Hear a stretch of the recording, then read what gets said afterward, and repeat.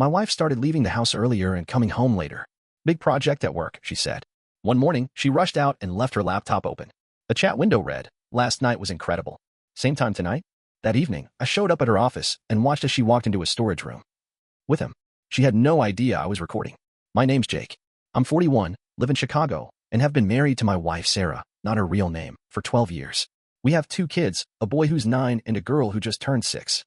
I work in graphic design from home, and Sarah's a project manager at a big marketing firm downtown. We were solid. Or I thought we were. I never once thought she'd cheat. She was always dependable, always responsible, very structured. We had problems like any couple, but nothing that screamed, "This is falling apart." At least not to me. A few months back, I noticed she started leaving earlier for work. She used to leave around 7:30, but suddenly it was 6:45. She said there was a huge client account, and she needed to be there before the rest of her team. I didn't question it at first. She's always been ambitious, and her job's demanding. Late nights, calls during dinner, stuff like that happens in her field. But then she started coming home late, sometimes after 8 p.m. Said the project was intense. I believed her, because I wanted to believe her. But then little things started not adding up. Her phone was always face down, always on silent. She used to leave it charging in the kitchen at night. Now it never left her side. Bathroom? Took it with her. Shower? It was nearby on the counter. She changed her passwords. She said it was because her company had new security rules. Fair, I guess. But it just felt off. Then she started locking her laptop. She never did that before. It wasn't just locking it. It was like she didn't even want it in the same room when I was around. She used to do emails on the couch next to me. Now she took her laptop into the bedroom and shut the door. I started feeling like a stranger in my own house. Every time I asked her if something was wrong, she'd snap. Told me she was just tired or that I was being too suspicious. I backed off. I didn't want to be controlling. I told myself I was overthinking. Then came the morning everything started falling apart. She was running late and in a rush. She left her laptop open on the kitchen table while getting the kids ready. She ran out the door with them, saying she'd drop them off and head straight to work. I sat down at the table with my coffee. I glanced at the screen. Outlook was open. So was Teams. And right there in a chat window, "Last night was incredible. Same time tonight?" My stomach dropped. I read it over and over. It didn't say who it was from, but I knew. I just knew this wasn't work-related. I didn't touch the laptop. I didn't even move. I just sat there staring at the screen like I'd been shot. My hands were shaking. I felt like I was going to throw up. The room started spinning. It was like something cracked open inside me. When she got home that night, I didn't say a word. I pretended everything was normal. My heart was pounding the whole time. She acted like nothing happened. Ate dinner. Helped the kids with homework. Watched TV for a bit. Then said she had to jump on a late Zoom. I said goodnight and went upstairs. I couldn't sleep. I just lay there staring at the ceiling, thinking about that message. Trying to figure out who it was. When it started. How long it had been going on. Was it just physical? Was it emotional too? The next morning, I told her I had a meeting across town. I kissed her on the cheek and left around 6:30. I parked near her building and waited. At 8:10 a.m., she walked in with a guy. I recognized him. His name's Matt. Works in her office. He's a senior creative lead. She mentioned him a few times over the years. I even met him once at a holiday party. He seemed like a decent guy. I started recording. I installed a dash cam in her car and used it to record her trips. I added audio too. I know it sounds crazy, but I had to know. What I found crushed me. The day it all came together, I told her I had to work late and wouldn't be home until midnight. She nodded and said she'd probably work late too. I waited near her office again. Around 7:45 p.m., she walked out with Matt. They were close. Her hand brushed his back. They walked into the building next door. It's connected to her office. It used to be extra storage space for the company. Some offices are still in use. I followed at a distance. They went into a side entrance. I waited 5 minutes, then quietly followed. I knew where the stairwell led. I'd been there once during a Christmas party. I kept my phone in my hand and hit record. I peeked around the corner. They were in the back room. The lights were low. The door wasn't fully shut. I saw her arms wrap around him. She kissed him. Long, slow.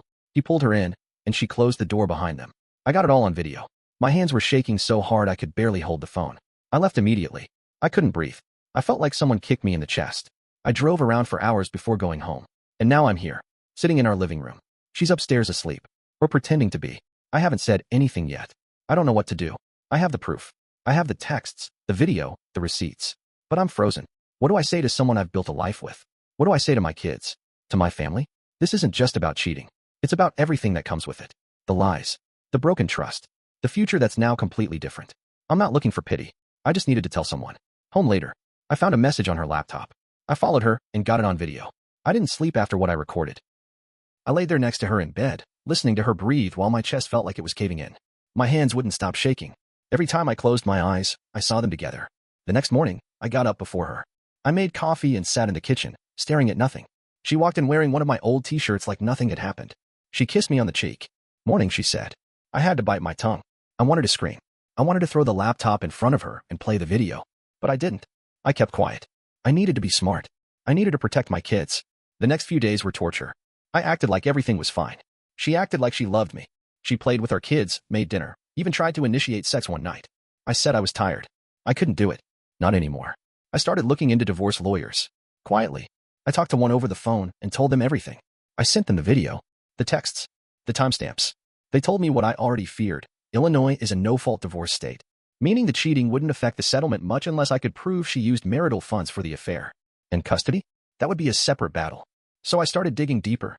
I checked our credit card statements. That's when I found the charges. Hotel stays, fancy dinners, even jewelry. Thousands of dollars, all while telling me she was working late. She used our money to date another man. I printed everything out. He looked confused. "You okay, man?" I didn't say a word. Just walked past him and opened the front door. "Sarah," I called. My voice was low, shaky. "You've got a visitor." She walked in from the kitchen, saw him, and her face went white. She didn't say a word. She just stood there. Matt finally spoke. "You didn't tell him?" She still didn't say anything. My heart stopped. "Tell me what?" I asked. He looked at her, then looked at me. "You don't know, do you?" he said. "She told me you two were separated, living together for the kids, that you both agreed to see other people." I turned to her. "Is that true?" She started crying. "Jake, I didn't want it to come out like this." That's when I snapped. "You told him we were separated? You've been sleeping in my bed, living in my house, eating dinner with our kids, and you told him we were done." I could barely breathe. Matt backed away. "Man, I didn't know.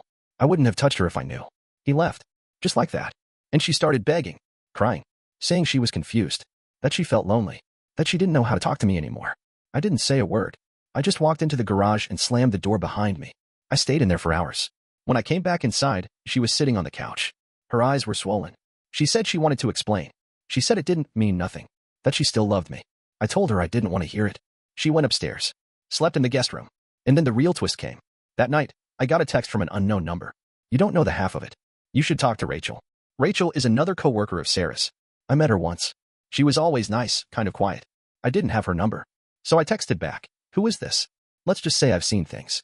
I'm not trying to stir things up, but you deserve the truth." I asked if she could call me. She said yes. So we talked. And what she told me made everything worse. Apparently, Sarah had been seeing two men at the office.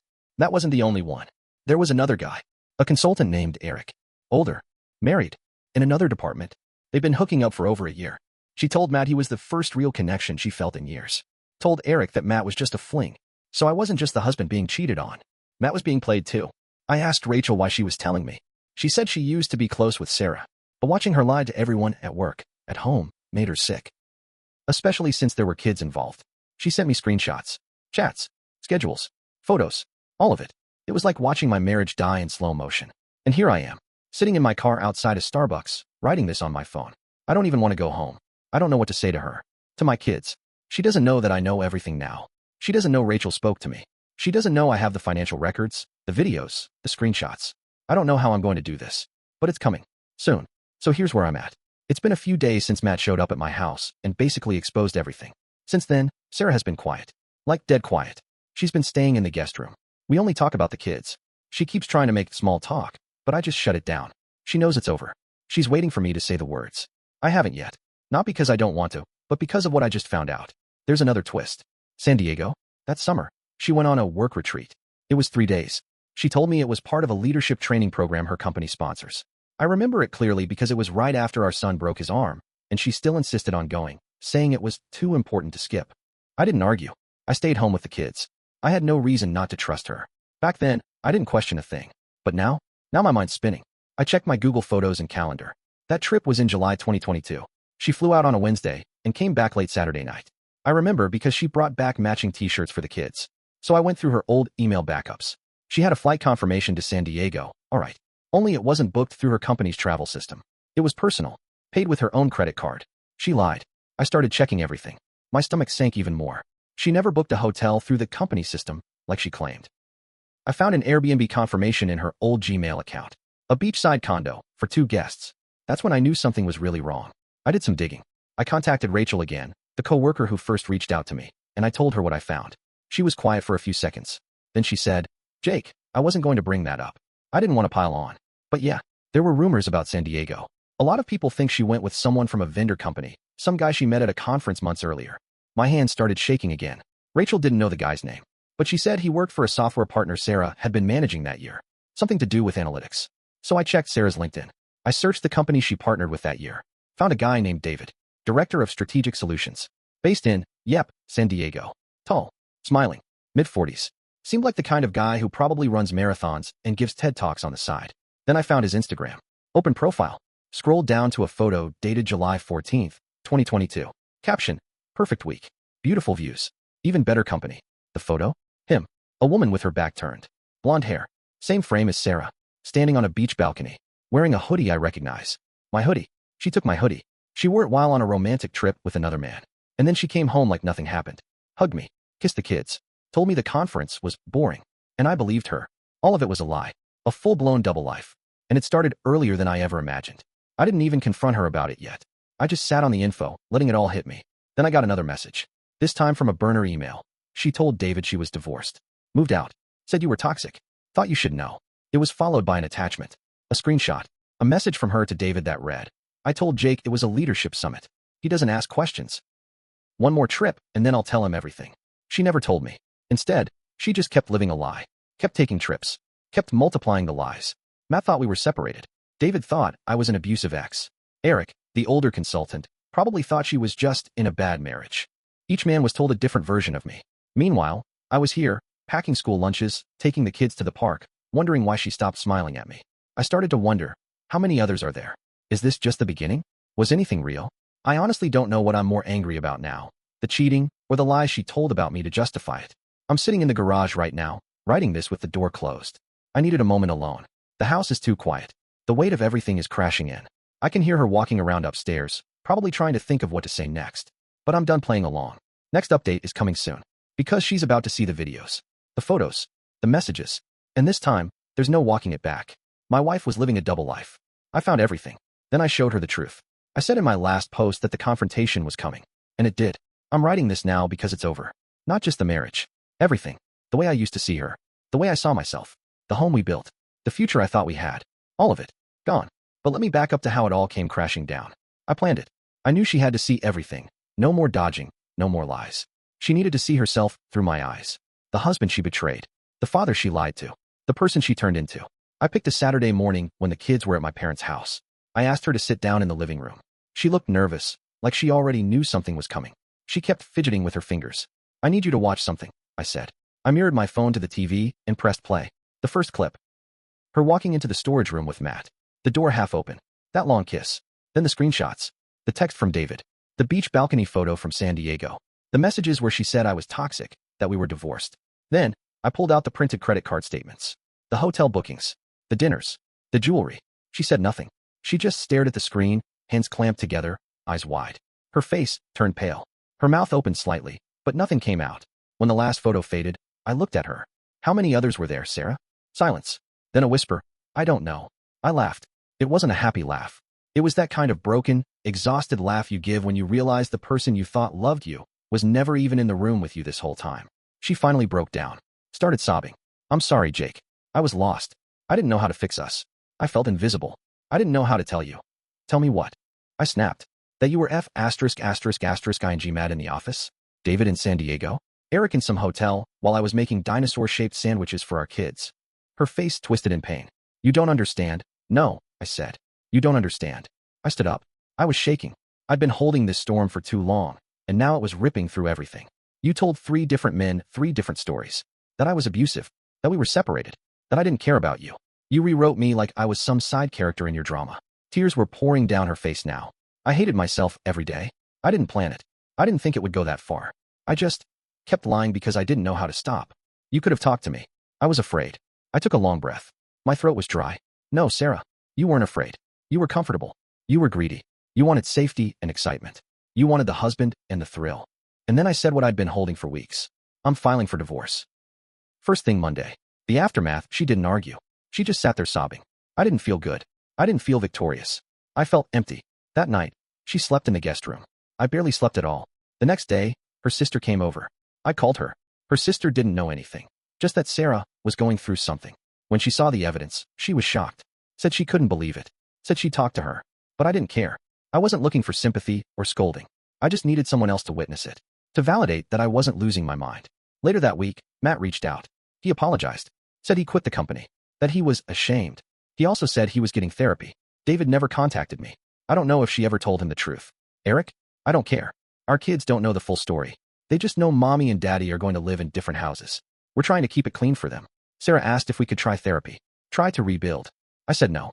You can't rebuild trust when the foundation is soaked in lies. It's been a month. The papers are filed. I moved into a small apartment near the kids' school. We do shared custody. The house feels like a museum when I visit for pickups. Like a place where something tragic happened.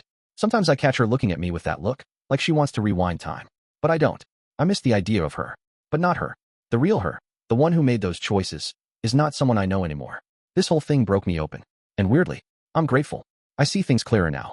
I don't trust as easily. But I also don't ignore my gut anymore. I'm not healed yet. But I'm not lost either. If you're reading this and your gut is telling you something's wrong, listen to it. You're not crazy.